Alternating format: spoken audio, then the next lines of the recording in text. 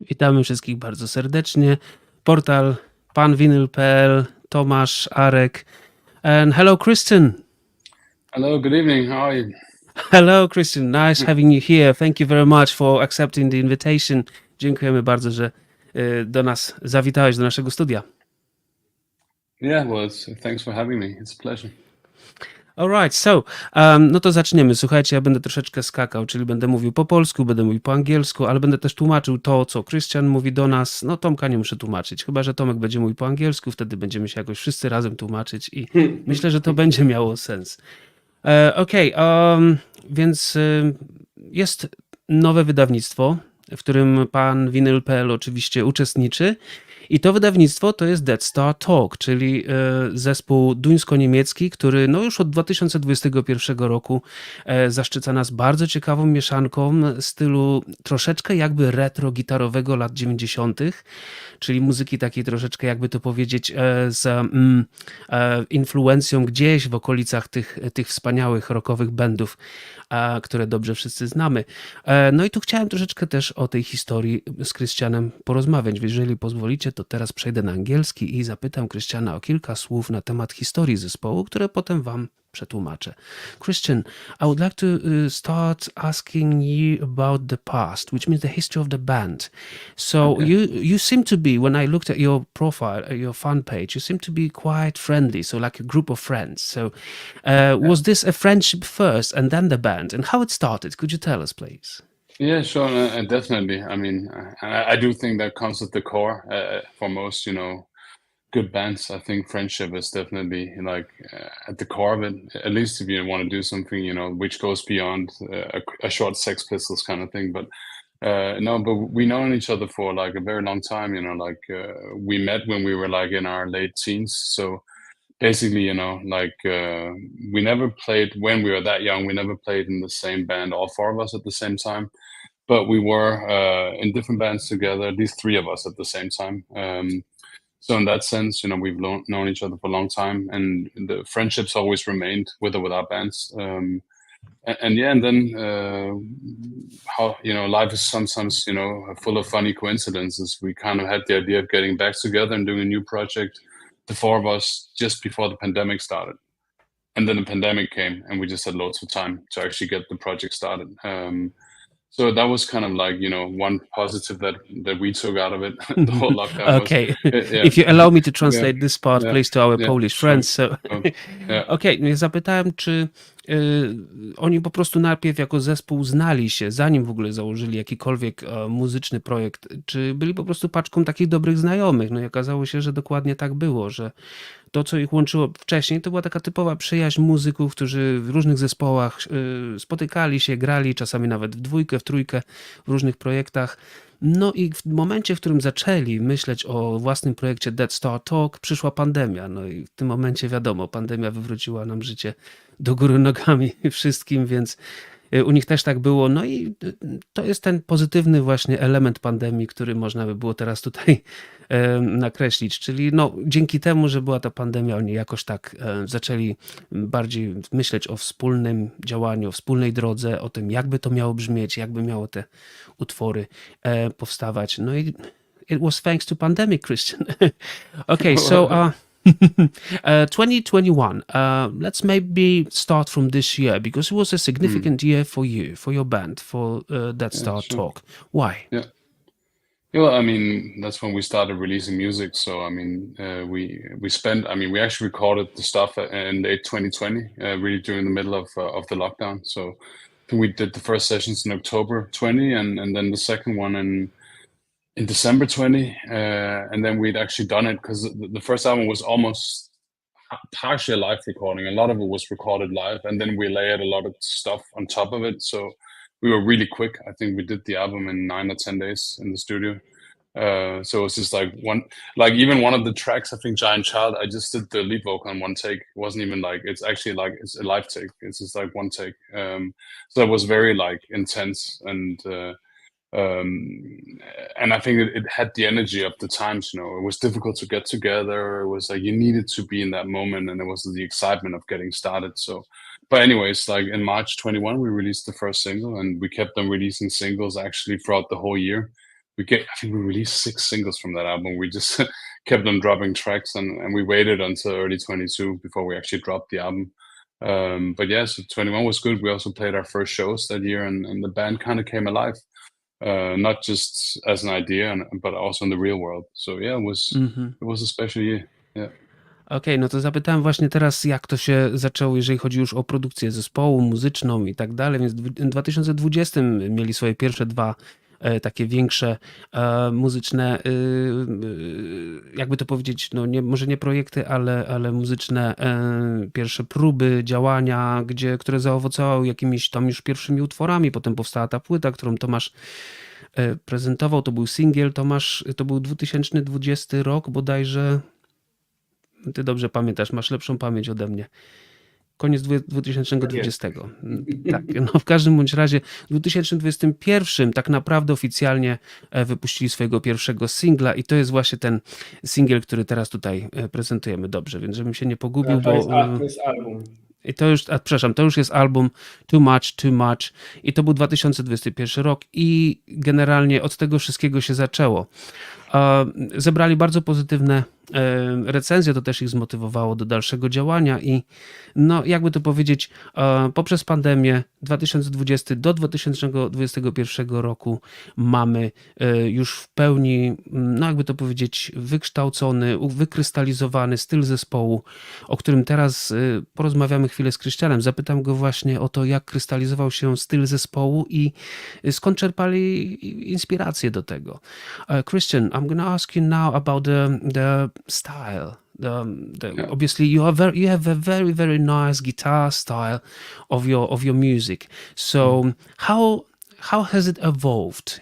How has it started? So what influenced you? And was it like a brainstorm of different ideas? Was it like the leading idea that you wanted to perform? So tell us a bit more about your style of music that you present. Yeah. I think, at the end of the day, I think that it's always like all the songs are written around the principle of spontaneity, because I think you can write music in many different ways, but we always try to capture things in a very, if you can go, like, I think the word is instinctive, like be as instinctive as possible. Like I write quick, like I write like lyrics and songs and music can sometimes be there in 1 hour, like basically everything, and then it needs a bit of adjustment with arrangements and stuff, and then I So will it's like throw a that stream over. of consciousness. You just suddenly hear something, the sound from the universe comes to you, and you sit down 1 hour and it's done. Amazing. It's the closest thing to magic I know. Okej, słuchajcie, teraz przetłumaczę to, bo to jest bardzo ciekawa sytuacja. No więc jeżeli chodzi o Krystiana, on potrafi nagle gdzieś znaleźć tą melodię ze wszechświata, usiąść i w ciągu godziny ma gotowy utwór, który jest i muzycznie, i tekstowo w 100% już gotowy do nagrywania. Także to jest taka ciekawostka, jeżeli chodzi o to, jak oni produkują. Czyli Krystian tutaj też odgrywa jakąś taką, powiedzmy, kluczową rolę, jeżeli chodzi o tworzenie muzyki. Teraz zapytam jeszcze troszeczkę podrążę odnośnie tych influencji, czyli skąd mają te influences. Christian, you probably heard the word influences, so that's what I'm going to I ask did. now. Yeah. Yeah. So, any influences, anything that you can reveal? Obviously, we are all musicians, so we know that Yeah. influences are very important. We listen to music before we produce music, before we create music. Yeah. I think like I do owe a lot to British music in that sense. Like I think like the first like when I was a kid, like the first stuff I was introduced to was the Beatles and the Kinks and stuff like that. At home, and that's the first music I really liked. Like just as a kid, like listening to that really caught my ear. Like before, like I was really young, like 8 or something. I don't know. And that really like caught my attention. That's the first time I started wanting to listen to stuff. Czyli, And then czyli, przepraszam, czyli przede yeah, wszystkim yeah. oczywiście, tak jak słyszeliśmy, The Beatles, czyli no, jeszcze kolejny dowód na to, jak wielkimi twórcami byli The Beatles i jak wiele pokoleń oni potrafili po prostu no, przekazać tą swoją myśl, tą ideę muzyczną przez tyle pokoleń, gdzie mamy teraz już 2020, lata 2020, a dalej jednak The Beatles gdzieś tworzą tą nową motywację do kreatywności. Okay, Christian, and so anything else about it they can add? Coś może więcej jeszcze? Yeah. Like, but then when I grew up, I was lucky, being a teenager in the late '90s and the early '00s. It was a great time for guitar music. So and like the band that really caught me was Oasis. Like that energy just caught me. Like and it just had this. I don't know.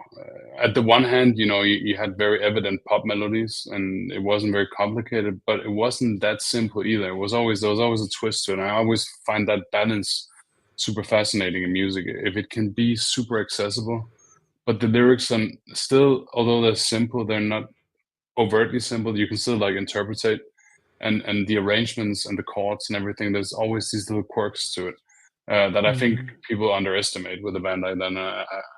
Still to this day, some of those, the songs and the albums they released in that period still stand the test of time. And I think that was a great band. But I also, I had a long phase of listening to a lot harder music as well. I loved the Deftones and I loved a lot of these bands that was much more like drop D chord, like kind of music. So I was listening to a lot of stuff that was quite a bit harder as well. But at the end of the day, like I do love a good melody. I do love a good melody. That's it. So melody over power in music. Yes, All right. always. Thank you, Christian. No i teraz oczywiście dowiadujemy się, że The Oasis, czyli lata 90., granie gitarowe, no to jakby to powiedzieć, ten mainstream typowy był troszeczkę czasami też po macoszemu traktowany przez tych tak zwanych undergroundowców, którzy uważali, że jednak ten mainstream jest troszeczkę taki, no i nie był doceniany do końca, a jednak przeżył też tą swoją epokę, dalej trzymając fason i do tej pory wiele zespołów próbuje i stylizuje się na Gallagherach i na Oasis i na tych czasach, więc tutaj oczywiście oprócz tego Christian wspomniał, że troszeczkę takie ostrzejsze zespoły go bardzo kręciły w tamtych czasach, czyli Deftones na przykład, czyli troszeczkę ostrzejsze granie, aczkolwiek zawsze lubił bardzo melodię, więc tutaj ta melodia w muzyce, melody in music zawsze go najbardziej pociągała. No i to słychać w zespole Dead Star Talk. No teraz słuchajcie, zapytam o to, skąd ta nazwa Dead Star Talk, no bo to jest bardzo ciekawa i bardzo taka nietuzinkowa nazwa. Christian, I'm gonna ask you about the name of the band, Dead Star Talk. Yeah. What does it really mean? Because it is kind of Yeah. like, I was really, really curious. What do you mean by that? It's not a typical name for the band, like, you know what I mean? So Yeah, no, it was actually a funny one because when we were kind of looking to find a band name, I was also writing a lot of demos at the time, and one of the songs, which actually we never used it, was called Dead Star Talk. So, and we just thought the title of the song is really great, and that song was just about basically, like if David Bowie dies or Prince, like your timeline and your social media is gonna get flooded with people reminiscing about how great these people were. So it's just basically, it was just a fascination with this phenomenon, dead, and then someone that had left an impact, like that Star Talk, and it kind of had a funny, ironic element to the fact that we knew each other in our youth, and now we've started as more like grown-up men. We've started a band again, so there was also that kind of aspect to it. So, but it was actually just a song title that from one of the demos that we were working on that we took over as the band name, and I like it Okay. because it's evocative. It makes you think, right? it's like the album title Solid State Chemicals. I like if you take powerful words, a bit like pop art, but like in lyricism, like it's quite simple, but it's still kind of like it's difficult not to think about it. Like Yeah, I I love it agree. when yeah. Okej, no i słuchajcie, okazuje się, że to był tytuł utworu, który jakoś tam cudem nie znalazł się na wydawnictwie, a gdzieś tam zawsze pływał chłopakom po głowie i po głowach i w końcu stwierdzili, że użyją tego jako nazwy zespołu. Dlaczego? No przede wszystkim zobaczcie, David Bowie czy Prince, wielkie, olbrzymie gwiazdy światowego formatu, które tyle wniosły do muzyki, a no ich już nie ma z nami, prawda? Prawdopodobnie też pandemia dała im troszeczkę do myślenia na temat life, death, balance, etc. No i tu w tym momencie na tym oparli tą nazwę zespołu, że jednak te gwiazdy dalej przemawiają do nas, one dalej gdzieś istnieją, pomimo tego, że ich już nie ma, więc to jest ta siła przekazu muzycznego. No a poza tym też spodobało się Krystianowi i chłopakom sama ta nazwa, czyli to jak dźwięk Dead Star Talk, jak ten dźwięk brzmi, że on brzmi po prostu niesamowicie czytelnie, wyraziście i niesie ze sobą taką właśnie niesamowitość, którą oni chcieliby dodać do swojej muzyki, że nie chcą być tylko takim typowym mainstreamowym bandem, który powiedzmy odtwarza jakąś tam muzykę z lat 90., chcą mieć jakiś depth, jakąś głębię swoją i tu właśnie ta Dead Star Talk jako nazwa. Okay, Christian. We were talking about the past. Teraz Yeah. zgodziliśmy się na to, że będziemy mówić troszeczkę o historii, a potem przejdziemy do teraźniejszości, więc teraz porozmawiamy sobie o dzisiejszych planach, o współpracy z panvinylportal.pl i o tym, co się dzieje w zespole teraz i na co czekamy, jakie single powstały obecnie i na jaki singiel czekamy, na jaki album czekamy i o to zapytam Krystiana. Oczywiście Tomku, pomożesz mi, mam nadzieję też, bo tak troszeczkę przejąłem ten cały live, tutaj malutko dając ci pole do manewru, Dobrze, więc... świetnie sobie radzisz. Dobrze. Mam ogromną przyjemność Ciebie słuchać.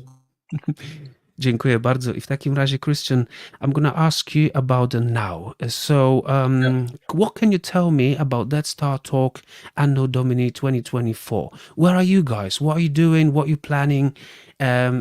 Tell me anything, you can share with us. I think we're in a good place. I feel like it took a bit of, I don't know, it always takes a while to kind of figure out, like one thing is you start and you release something and then you play your first shows and you're kind of, you're just starting something and it takes its own course. But I feel like we kind of understood who we are as a band, and especially like with the recording process of Solid State Chemicals, it really clicked. I think I felt like we played like a few shows at the end of last year, and I could feel that when we played those shows that it clicked for us, like as a band, like just simple things like we're two singers in the band, and we've become very good at using that, and I think it gives us like a very powerful expression as a band that is not tied down to one voice. But it's really very polyphonic, and it's also the guitar sound, like the fact that I'm almost exclusively dedicating myself to semi-acoustic and acoustic guitars, and Gunners is doing all the electric stuff. And because it's a funny thing when you play live, it actually sounds more powerful if you have like a Western guitar with an electric, because they're in different frequencies, so it sounds bigger. In the beginning, we were two electric guitars. It's little nerdy things like that. But I also think songwriting-wise, it's just we kind of found we found I would say our identity. Obviously, we have our references, and we come from a place of rock music, which does get compared to bands like Oasis. But I do think that we're moving towards, and I also feel that process now because we're actually also going to record this year for the third album. So we're already quite far into that process as well, writing-wise, and we're starting the sessions in April now as well. So I think that aspect, like the whole like figuring out your sound and being like developing into that is super exciting, and it's almost the thing I like the most sometimes about being in a band is let me just adjust my camera here. No, that was the wrong way. There we go. One of the things I like the most about being in a band is that process, is the writing and like that whole adventure, and then finding the sound both live and in the studio. And we're playing a lot of live shows as well, so that's great. We're touring in Spain, and we'll be coming to Poland as well. doing a record store gigs to start with, and then probably some proper shows after the summer, and getting offers from, like, just got a really interesting offer from a venue in London as well this weekend. So, and I think that energy is pretty great this year because, you know, there's, for the first time since we started, we've got so many people around us, like, you know, Thomas, that are actually really, you know, helping us move forward. Because in the beginning we were just us, you know, and we were you're kind of just in your own little group and moving things forward. But we really feel a massive difference with getting people like Thomas involved. This is crazy. It All really right. does add a lot. Yeah, it Okay, adds a lot let of me energy. And thank you. Let me yeah, just now explain to our Polish listeners. Wow, quite a few things. No słuchajcie, troszeczkę się tego nazbierało, ale tak fajnie się słucha Krystiana, jak mówi. It's a pure pleasure listening to you, mate. That's why I didn't want to interrupt you. Now it's a I'm little sorry. bit, you know, a little bit of a Yeah, task. yeah. Okej, so gdzie oni są teraz jako zespół? Więc no oczywiście wykrystalizował się już pomału ten ich styl własny, ten do którego dążyli. Czują się bardzo z tym dobrze. Coś zaczyna klikać. Już te końcowe koncerty w 2023 roku zaczęły przynosić im jakąś taką nową zupełnie wartość. I ja myślę, że tu właśnie Krystian mówił, że zespół już zaczyna naprawdę krystalizować swój własny punkt muzyczny i zamiast odtwarzać gdzieś tam jakieś próby dążenia, poszukiwania, oni już po prostu siebie odnaleźli i teraz idą już koncertowo i poprzez pisanie utworów w jakimś takim jednym, solidnym i wytyczonym kierunku i bardzo są z tego zadowoleni. Krystian tutaj bardzo w dużych słowach opisywał to, że jest no niesamowicie przyjemną sprawą czuć tą chemię w zespole i czuć, że zespół naprawdę on ma dobry odbiór, jest bardzo pozytywnie odbierany dookoła i to się też czuje na koncertach. No, mają duże plany teraz obecnie. Jadą do Hiszpanii na tournée, potem szykuje się Polska. Zespół będzie grał w sklepach muzycznych, tak jak powiedział, Record Stores First, potem jakieś większe Może festiwale. tutaj wskoczę w Tak, takim przygotowujemy w Polsce koncerty Dead Star Talk w sklepach z winylami. Będzie to Gliwice, Kraków, Katowice, Warszawa i możliwe, że Łódź. I to jest 26, 7, 8 czerwca. Oczywiście wszystkie informacje będzie Dead Star Talk będzie prezentował Christian i Guinness. Przyjadą dwóch, akustyczne gitary. Będzie to taka ekskluzywna imprezka w kilku sklepach, gdzie po prostu zagrają materiał z Too Many, Too Much i Solid State Chemicals dwóch albumów. I oczywiście będzie to też powiązane z promocją płyty winylowej, która się ukazuje 31 maja. Okay, to tak. I just explained, Christian, just quickly the vinyl party tour, vinyl tour promotion as explanation. Yeah. The record stores, yeah. I got the city names. Yeah, Polish language sounds completely different. Yeah, no i teraz jeszcze chciałem tylko dodać, że Krystian właśnie wspominał, że taka współpraca dwóch gitarzystów, którzy są kompletnie inni w zespole. Krystian jest gitarzystą akustycznym, acoustic guitar. I wspominał o tym, że właśnie tutaj ma z drugiego gitarzystę, który jest zupełnie z innego świata. Tworzą taką zupełnie ciekawą przestrzeń, która no, zaczyna już być taka typowa dla zespołu Dead Star Talk, że no nie jest to taki typowy, codzienny rynek muzyczny, że gitara akustyczna w zespole rockowym naprawdę przejmuje pierwszy głos i z wokalem tworzy jakiś taki po prostu, no czyli powrót generalnie do lat 90. i tutaj też, jeżeli chodzi o styl zespołu Dead Star Talk, to jest takie coś naprawdę warte uwagi, więc zapraszamy tu bardzo serdecznie do posłuchania. Oczywiście linki będą do zespołu, będzie można sobie posłuchać tutaj i na kanale Telewizja Muzyczna, i na portalu panwinyl.pl, i na grupie winylowej będziemy wrzucać linki do zespołu Dead Star Talk, żeby można było posłuchać. Ja troszeczkę chyba zaniedbałem sprawę tej płyty, która teraz się ukazuje na winylu, więc chyba myślę, że czas najwyższy o tej płycie trochę porozmawiać i trochę więcej przybliżyć naszym naszym słuchaczom to, co teraz jest właśnie w planach. Christian, maybe let's talk a little bit more about the new album on vinyl, which means the Solid State Chemicals, which will be released on the vinyl very soon. So can you tell us a bit more about it? And we are very vinyl-focused group of people in Poland, so obviously this is the very interesting part for us all. Yeah, we were just, I mean, I think like on the one hand, like if you just take the music, regardless of the format, I think it's by far the best work we've done to date, and I'm super proud of it. And this picture that you're just showing now is actually, that's just after, you know, this is Fleming to the right, our producer, and this is us after listening to the test press, and we were just super excited about it. Actually, like you cannot see that, that's a shame, but actually, like, do you remember that Metallica released this like special vinyl recorder like a few years ago? Well, we actually played it on that one because, you know, Fleming is still very close to the band and produced a lot of albums for Metallica, and we actually listened to the test press on that player. And you know, a studio is a different level of speakers. You hear every detail, and we were all really buzzing about like the organic quality of listening to a rock album, because, you know, this is there's not a single there's no computer instruments on our music. It's all like, you know, it's all handmade music. It's all played. It's all organic. It's amps and it's acoustic guitars. It's even SAS guitars and tons of vocal tracks and the bass and the drums and everything. And a lot of the songs fade out and all kinds of like overlapping wall of noise feeds, like feedback sounds, and just the sound of the pick on the vinyl in those transitions, like it's so much more alive than when I get what you mean. I get it.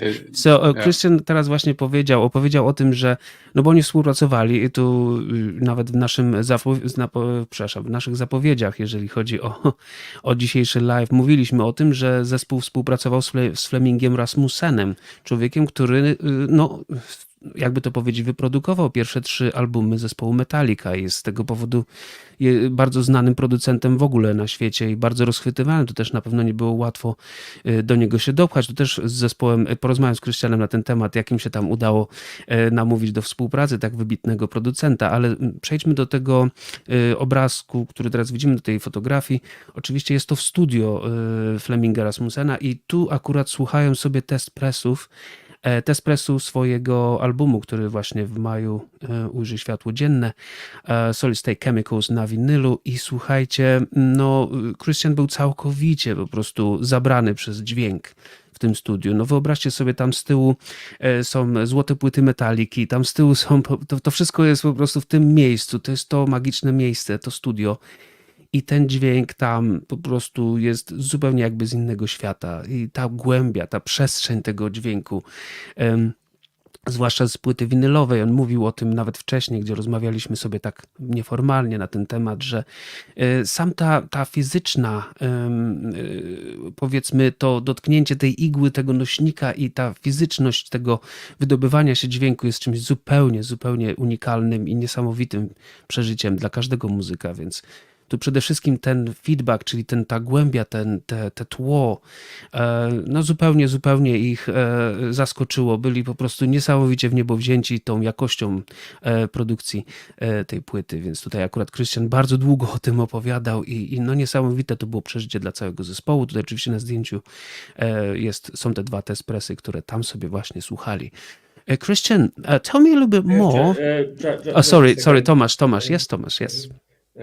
I just wanted to explain that the second album, the Solid State Chemicals, was recorded in Sweet Silence Studio in Copenhagen, in Fleming's studio, but the previous one as well, and the third one that guys plan to record it, they will be recorded in some studio under the Fleming's, a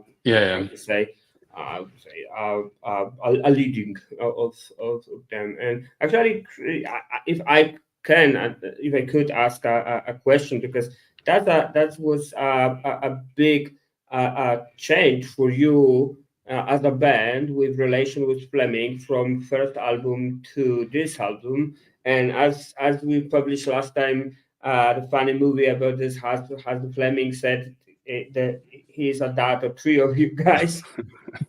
That is so funny. Yeah, but it's somehow Fleming became a mentor for a band.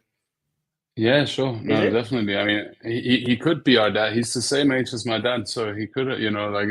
But it is, like, eh, he's. I mean, the funny thing about Fleming is that he's very good at reading the room. So he's very good at kind of, I think, adapting to the people that he's got around him. But he's also got this very funny sense of humor, and like he's unlocked that, the longer that we've been working together, like the guy is super funny, and I think humor is always a great tool for relaxing everybody, and basically getting a very like creative environment. He's kind of very good at leading the band without actually, you don't even realize it until he's done it. So it's like it's not like he's explicitly telling you to do this or that. It works differently. It's more like, but he will let you know if he doesn't like it. Like, that was not cool. Like, he's gonna let you know without any filter, like if you're recording or having an idea. But so he's very clear in that. But the cool thing is, it kind of makes you trust the process, which is very relaxing. So like you stop control. I think like musicians can be very controlling when in the studio, like listening back, was it okay or was it not? And you waste a lot of time if you're kind of micromanaging every take and stuff. But the moment you actually trust the guy who's behind the desk, that this is the take we need next. It's Okay. like it creates a process that is very conducive for creative output. Słuchajcie, tutaj Tomasz zapytał, czy Fleming Rasmussen stał się dla nich takim mentorem zespołu, czy tak naprawdę to on gdzieś tam tą chemię im pomagał stworzyć i jak wyglądała ta współpraca. No tutaj bardzo ciekawie Krystian opowiedział o tym, że no to jest niesamowity producent, który niesamowicie czuje pomieszczenie, przestrzeń. No oczywiście to jest ogólnie no chyba najbardziej ceniona cecha u producenta, kiedy dobrze czuje przestrzeń i wtedy może ten zespół w tej przestrzeni umiejscowić. I tutaj akurat opowiadał też o tym, że to jest niesamowicie wesoły człowiek, z którym współpraca opiera się na wielu, wielu różnego rodzaju zabawnych momentach, dowcipach, żartach i to nie ma żadnego spięcia, żadnej atmosfery, w której powiedzmy, nie wiem, człowiek czuje się zestresowany, no bo wiadomo, w ten sposób nie tworzy się dobrze muzyki. Poza tym Krystian jeszcze opowiedział o tym, że no jednak jest to producent, który ma swoje lata doświadczeń, więc jeżeli coś mu się nie podoba, to on natychmiast na to reaguje i natychmiast mówi, że nie, słuchajcie, stop chłopaki, to nie idzie w dobrym kierunku, tu musimy akurat niestety, ale wrócić do tego i tamtego, więc to jest też taki człowiek, który wkłada całego siebie w to, co robi i ja teraz zapytam Krystiana tak dokładnie, podpytam go, dlaczego akurat wybrali tego producenta, czy tylko ze względu na renomę, czy też może ze względu na jakieś predyspozycje brzmieniowe, które chcieli tam uzyskać, więc teraz takie pytanie do niego będzie. Christian, I would like to ask you a very simple question, forgive me please. Why Fleming Rasmussen? Why decided to actually use this music producer? What lied behind this decision? I actually think it wasn't really masterminded. I never thought of it, to be honest. It's quite simple. Like Klaus, the guy to the left with the cap, he's a drummer in other bands as well, and he had his rehearsal space in the same building that the studio is at. So, and he's like, Fleming and him are both like they're really Copenhagen guys, like, from the city kids, both of them. So they always got along well when they met in the corridor and stuff. And when we had like, kind of written enough songs, saying now we're ready to start recording, we didn't actually know with whom we should do it. And then Klaus said, I'll just give the demos to Fleming. And we were like, haha, yeah, fun. but then Fleming actually came back and said, that sounds cool. Let's have a call. And we did like a Zoom call during the pandemic, and we agreed on dates, and we just started recording. And we actually just wanted to do an EP, like 4 or 5 songs. But then the energy and the chemistry with Fleming was so good that we decided to do another session, and it became the debut album. But it wasn't masterminded in any way, actually. It was real like randomness. But obviously, like, I didn't think it would be realistic to get a guy like him involved anyway. So I never thought on that level. It was like David Gilmour and Kate Bush a little bit moments. Like she just Yeah, like she just left the tape to a friend took it to Gilmour, and that. Oh yeah, okay, very interesting story. Sorry, I cannot wait to tell yeah. our Polish friends the whole story because it's really interesting. Słuchajcie, no więc no, też wyszło to tak troszeczkę nieplanowane zupełnie. No wiadomo, Kopenhaga to jest takie miejsce, gdzie no, ludzie sobie żyją, znają się od dziecka i żyją tak jak w każdym dużym mieście, po prostu tworzą się te grupy znajomych i ten perkusista, o którym tutaj Krystian opowiadał, to jest człowiek po naszej lewej stronie, który sobie stoi w czapeczce, więc on tam miał obok studia Fleminga Rasmussena, miał swoje miejsce do prób na perkusji i tak jakoś to się złożyło, że któregoś dnia wziął tam kilka nagrań właśnie zespołu Dead Star Talk, no i zaniósł do Fleminga i tak mówiąc, no nie wiem, no i chłopaki oczywiście mówili tak, akurat, co on nawet tego nie posłucha, on tego nawet nie weźmie do ręki, a tu się okazuje, że bardzo mu się spodobało, że natychmiast załapał tą chemię zespołu i od razu był chętny do współpracy, więc to jest taka bardzo niesamowita, lubię takie historie, to jest taka jedna z tych niesamowitych historii, gdzie nagle wszystko się dzieje tak jakoś samo z siebie, automatycznie. Zgodzisz się ze mną, Tomku? Jest to takie coś niesamowitego, że coś tak nagle naturalnie stworzyło, zadziało. Tak, no, ta też współpraca z Dead Star Talk, Paul Vinyl, Dead Star Talk, wydawca Dead Star Talk Massive 92, którego Krystian też tutaj reprezentuje poniekąd. To wszystko się naprawdę dzieje w taki sposób, który ja bardzo lubiłem czytać w książkach, prawda? Takie różne koincydencje, które doprowadzały do powstawania fajnych rzeczy i ja mam nadzieję, że to spotkanie Massive 92, Dead Star Talk, Paul Vinyl, Pan Vinyl i ta nasza kooperacja rzeczywiście wytworzy pewną fajną taką atmosferę, w której my jako kolekcjonerzy czy kolekcjonerki winyli po prostu będziemy mogli się zanurzyć właściwie zawsze o tym marzyłem, żeby to było, to moja praca, która miała być właśnie miejscem takim jak teraz, że spotykamy się z artystami, dotykamy samego źródła tworzenia muzyki, tworzenia płyt winylowych w oparciu też właśnie o to, co się dzieje w studio, o te rozmowy, jak ten dźwięk powstaje, jak to ląduje na winylu. Także ja się bardzo cieszę w ogóle z tego spotkania z Krystianem dzisiaj i z Tobą, Arku, i że możemy o tym tak sobie właśnie rozmawiać i jeszcze fajniejsze jest to, że jakby gdzieś za plecami tego wszystkiego jest to słynne studio, słynny producent i te złote płyty Metaliki, które tam są. To pokazuje, że jak fantastycznie w ogóle jesteśmy umiejscowieni w kulturze muzycznej, że faktycznie to się kończy na tym, że będziemy mieć w domu winyl, o którym będziemy mogli znowu opowiadać świetne historie.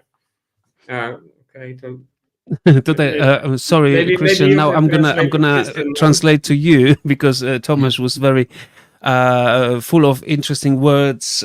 He mentioned he mentioned actually the fact that we are living in kind of like a global music village, and it's such a fantastic thing that we can share our passion for music and there are no kind of like boundaries. The music creates the one big world without boundaries, and the fact that we can actually talk to you and see the picture. We just spent some time looking at this picture, and the fact that you produced the music in such a unique way with this fantastic producer that was also kind of like a not masterminded coincidence. Tomasz said, it's just simply sometimes these moments in life are worth living for. Yeah, that's it. Absolutely. Yeah, but that's it. That's where it is, as I said before. The closest thing I know to magic, that is, all these things around music, but, it could be other things, but in my little bubble of the world, it is a fantastic thing. I do agree. Yeah.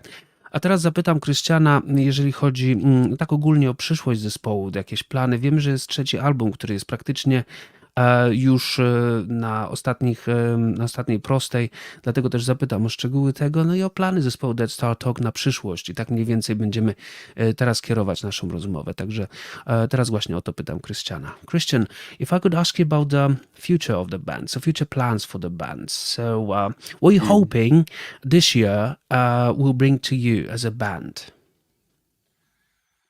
I don't know, actually. It already feels like a lot of the things that we were kind of aiming for are happening, so that's great. But I think, it's just step by step. I don't think we're not, we're not living in the time of, a rock band blowing up.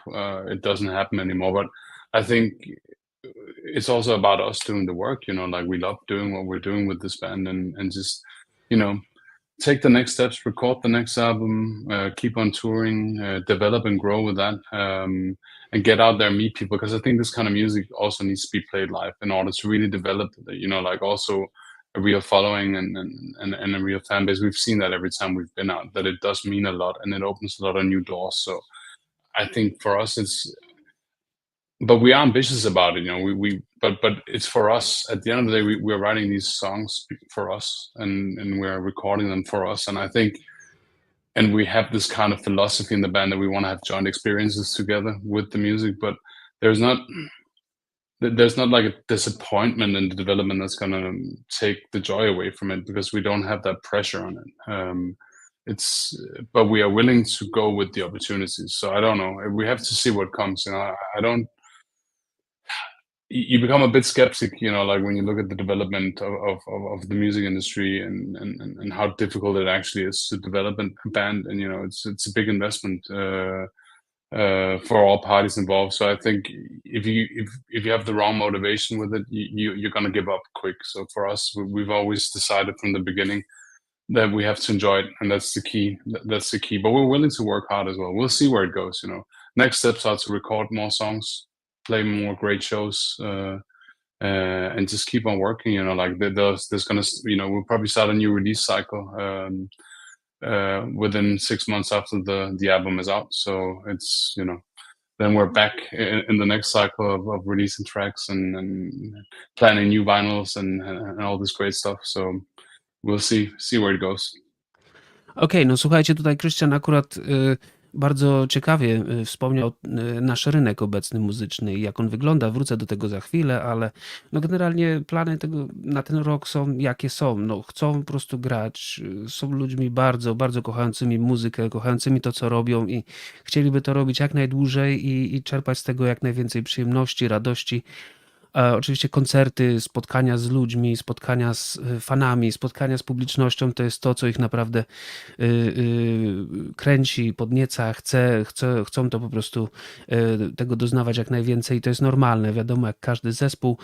Mają też, wiadomo, no nie chcę tutaj dotykać jakiejś takiej sceptycznej nuty, no ale mają też te przemyślenia odnośnie rynku muzycznego i tutaj wiadomo, jaki jest teraz obecnie rynek muzyczny, żeby przetrwać i naprawdę robić to, co się kocha. Czasami to jest kwestia wielu wyrzeczeń i no nie możemy tutaj oczywiście mówić za Christiana, ale to, co powiedział, no tak jest jednoznaczne z tym, że no wiadomo, wszyscy rozumiemy, rynek jest trudny i jest bardzo trudno przebić się i żyć z tego, co się robi, czyli z muzyki. No i tutaj oni oczywiście nie stawiają sobie tego jako cel ponad wszystko. Najważniejsze dla nich jest tworzenie muzyki, która wychodzi od nich, czyli jest po prostu tak naprawdę ich własną twórczością, niekoniecznie stworzoną po to, aby, nie wiem, zapełniać półki w supermarketach. Oczywiście teraz to mówię zupełnie metaforycznie z lat 90., no bo wiadomo, teraz półki w supermarketach nazywają się Spotify, Tidal i niestety muzyka całkowicie poszła. I can add something to it. Yeah. So, no i tak właśnie Christian teraz mówi, jeżeli plany, jak najwięcej grania, jak najwięcej, oczywiście nowa płyta, czyli nowe utwory, tworzenie nowych utworów, i czyli znowu czeka ich ten sam punkt, pierwszy singiel, drugi singiel, trzeci singiel, potem oczywiście album i są bardzo tym podjarani, podekscytowani, więc no, to na razie daje im bardzo dużą dozę radości. No i teraz Tomasz, chciałeś coś jeszcze dodać? Sorry Christian, Tomasz would like to add something?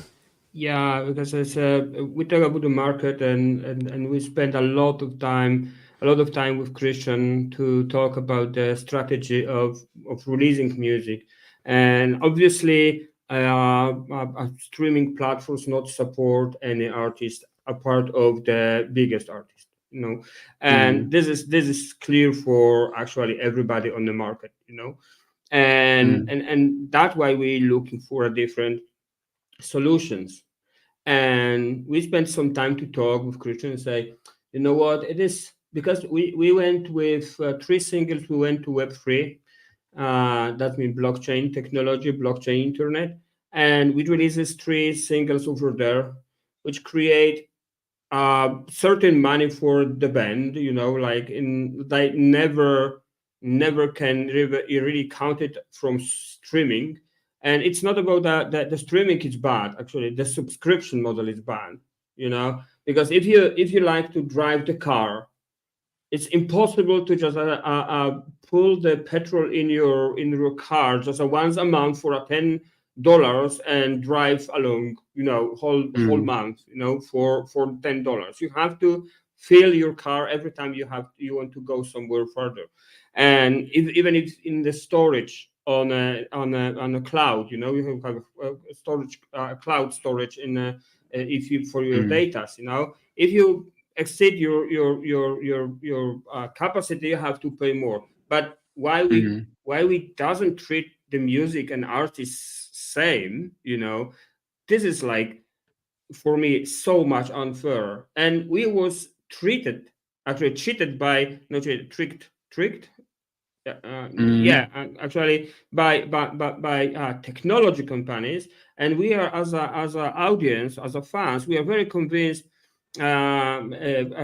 comfortable with using streaming platforms. But actually it's nothing with the music, with the artist, and that's why we decide to focus on the Web3 and selling that digital goods and digital singles.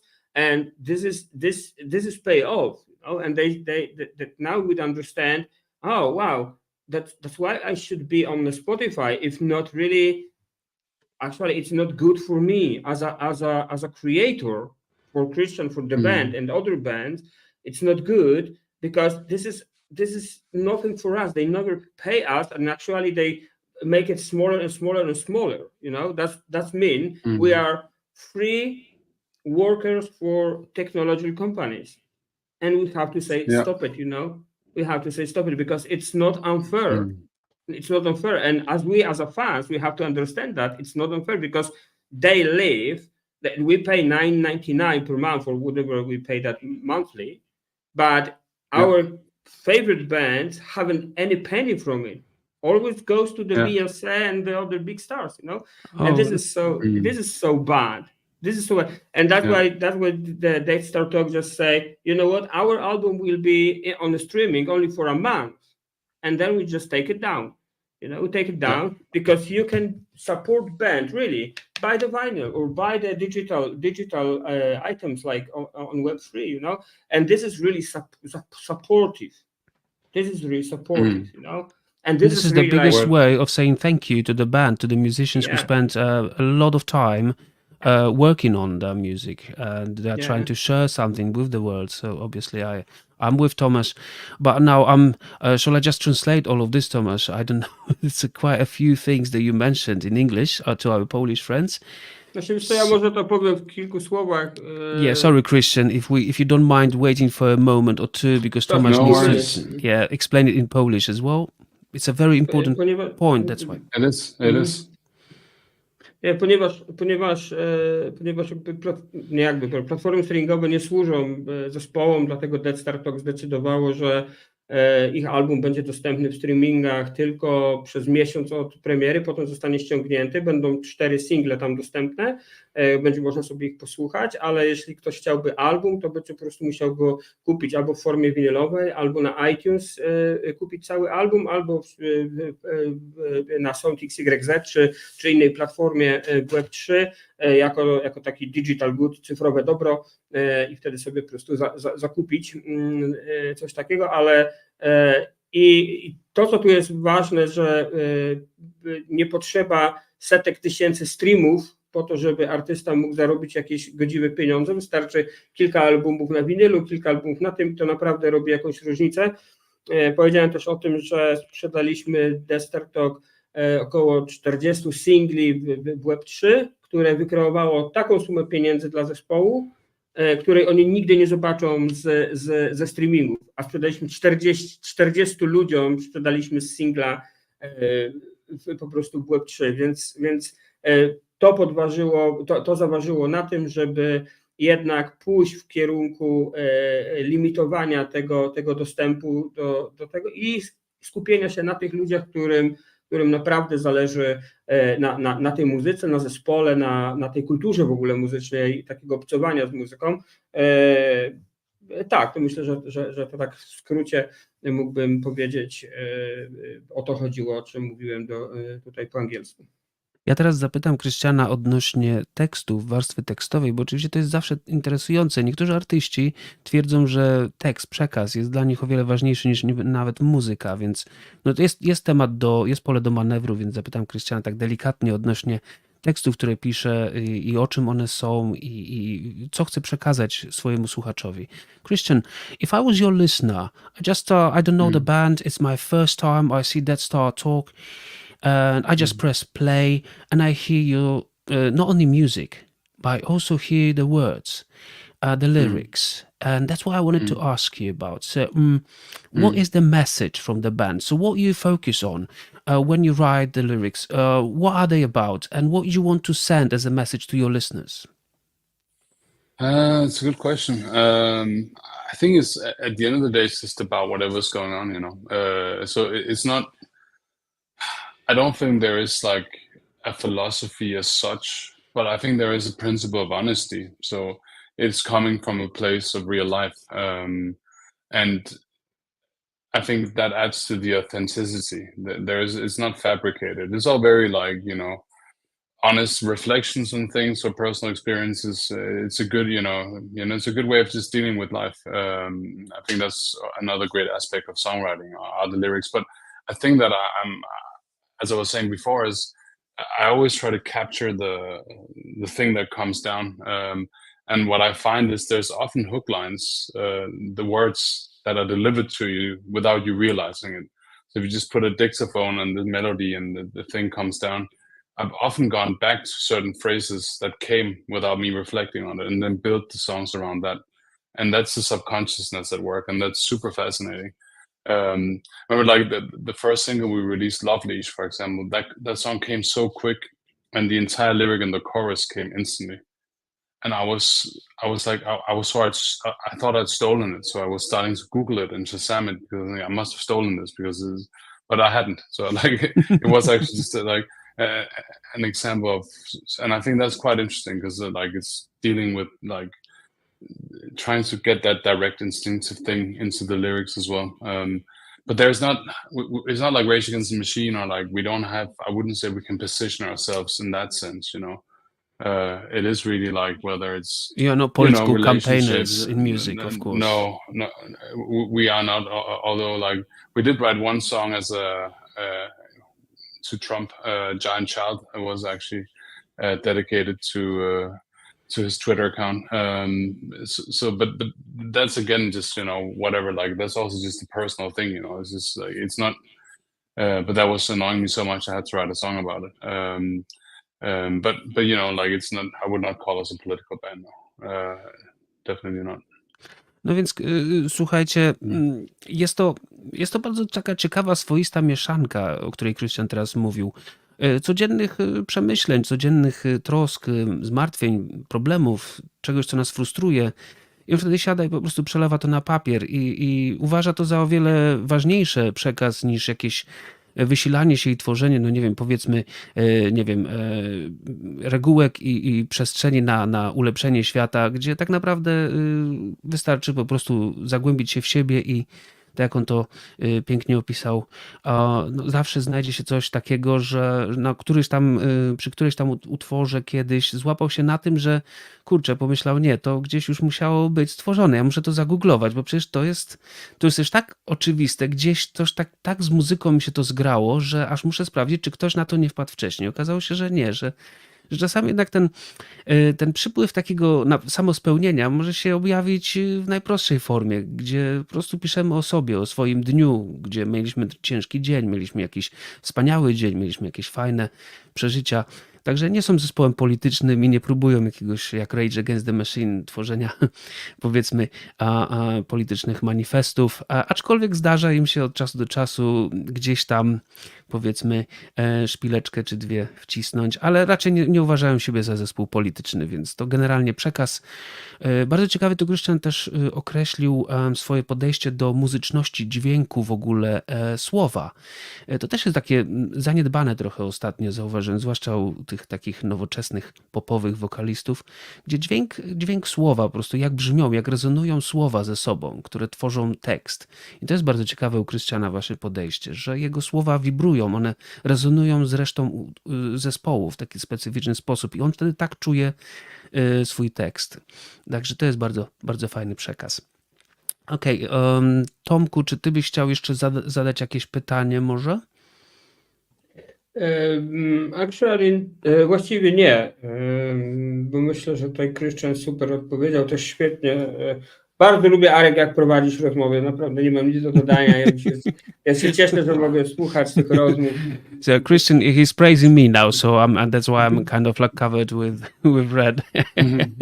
Well, but Christian, obviously you're the main star here, and you're our guest. So we just wanted to say how appreciative we are that you spend your time Sunday, with us, talking about so many interesting aspects of your musical life. So that's why just we kind of like started talking about well, sorry, but this ship is actually now going towards the port from the open ocean. So we kind of like need to slowly but surely be ending our conversation with you, our very nice conversation. So maybe the final thing from us, to chciałem teraz jeszcze tak na koniec tylko zapytać o życie winylowe Krystiana. Czy on jednak ma jakieś winyle w domu, czy on też lubi po prostu sobie gdzieś tam jakąś płytę posłuchać? No bo jesteśmy jakby nie patrzeć. Portal panwinyl.pl, Paul Winyl, grupa winylowa, telewizja muzyczna oczywiście też winylowa, więc no trzeba by było tak zapytać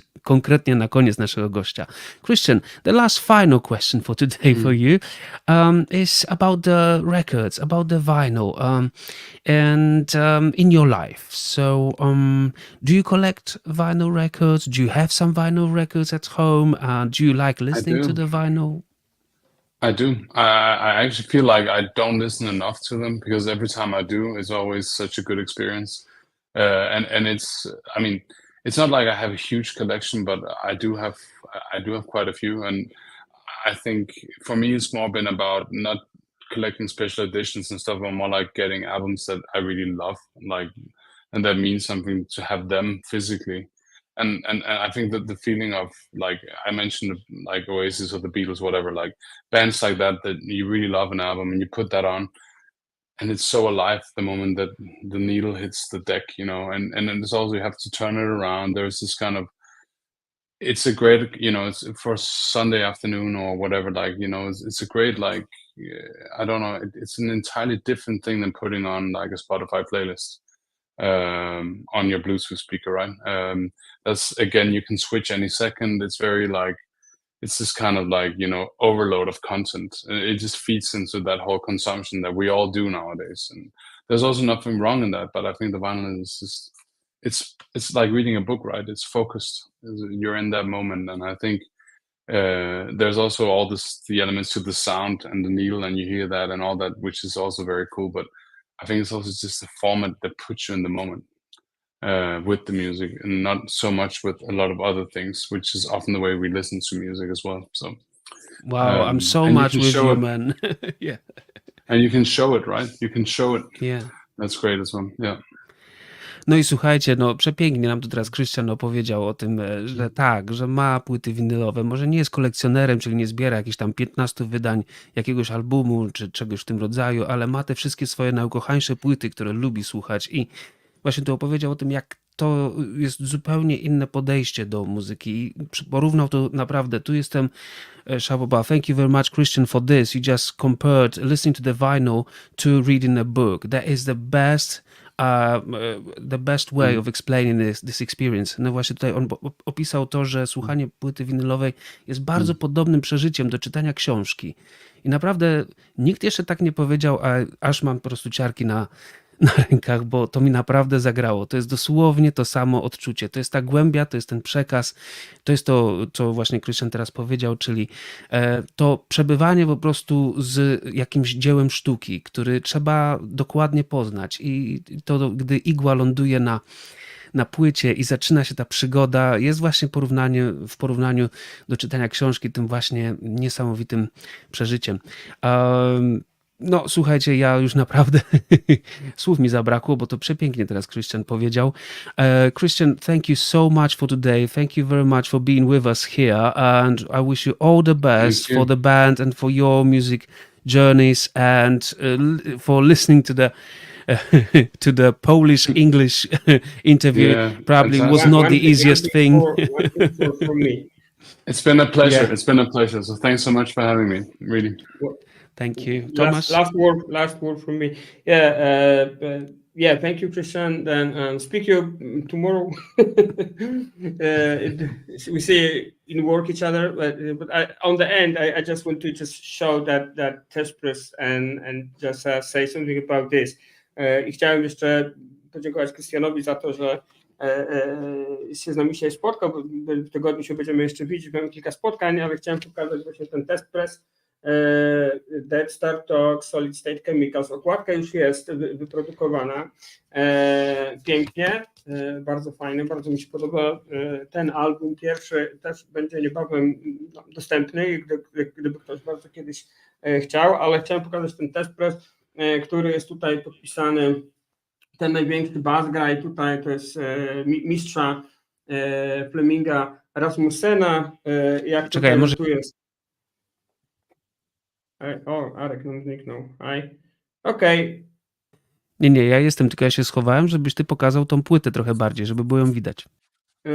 Okej, no to Arek pokazuje. Tutaj mamy... You can see it now. Yeah. Yeah, you can see it? Okej, tak, Fleming Rasmussen, tutaj come on, to jest Christian, tu jest Guinness, Erikon i Erik podpisane. Jednego brakuje.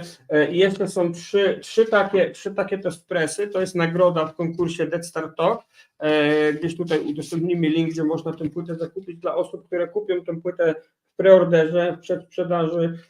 To do wygrania będzie jeden z trzech test pressów tego wydawnictwa właśnie w okładce z autografami. Także kochani, dzięki za wasz czas. Te rzeczy będą do wygrania, więcej informacji też na panwinyl.pl. Także thank you, Christian, thank you very much. Thank you, Arek, dziękuję, Arek. To było super. Thank you, guys. Super evening. Okay, thank you. Dziękujemy wszystkim. Dziękuję, guys. Oh, thank you. Dzięki ogromne. Trzymajcie się wszyscy. Na razie, cześć. Cześć.